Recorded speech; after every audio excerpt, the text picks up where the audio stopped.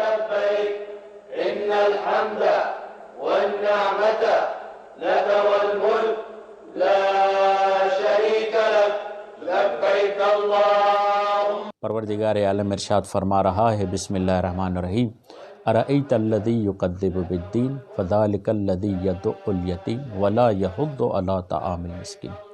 کیا آپ نے ان لوگوں کو دیکھا یا آپ نہیں دیکھ رہے، یا آپ دیکھ رہے ہیں کہ یہ لوگ دین کو جھٹلا رہے ہیں؟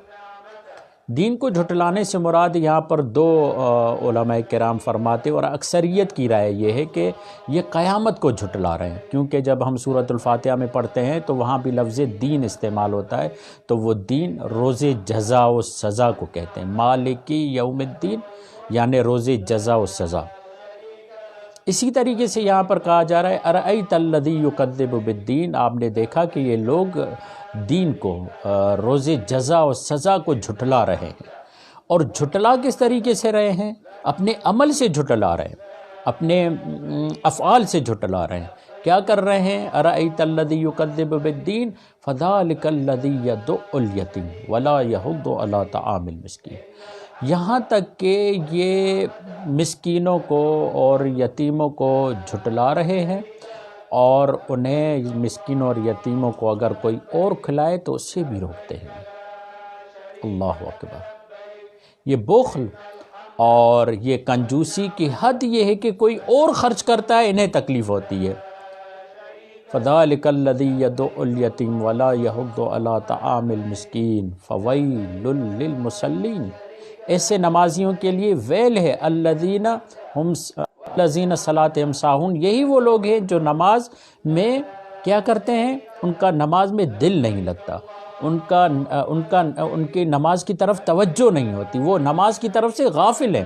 یعنی جس کے وجود میں سخاوت نہیں ہے، جس کے وجود میں بخل ہے، جس کے وجود میں لوگوں کے ساتھ ہمدردی کرنا نہیں ہے، جس کے وجود میں لوگوں کے ساتھ بھلائی کرنا نہیں ہے، جس کے وجود میں وسعت قلبی نہیں ہے، اسے نماز مزہ نہیں دیتی، اسے نماز فائدہ نہیں دیتی، بلکہ وہ نماز اس کے لیے وبال بن جاتی ہے۔ ویل للمصلین، ایسے نمازیوں کے لیے ویل ہے۔ کیوں ویل ہے؟ اس لیے کہ ویل للمصلین الذین هم صلاتہم ساہون الذین هم یراؤون، اس لیے کہ یہ لوگ اگر نماز پڑھیں بھی تو کیا کرتے ہیں؟ یہ لوگ نماز پڑھتے ہیں ریاکاری کے لیے، لوگوں کی توجہ کو جلب کرنے کے لیے۔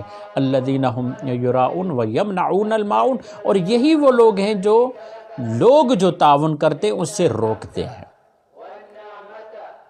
یہ پوری سورہ اس بات کی طرف علامت ہے کہ ہمیں دوسروں کی مدد کرنی چاہیے، یتیموں کا خیال کرنا چاہیے، یتیم پروری کا جذبہ ہونا چاہیے، یتیموں، بیواؤں، مسکینوں، غریبوں کا خیال رکھنا چاہیے۔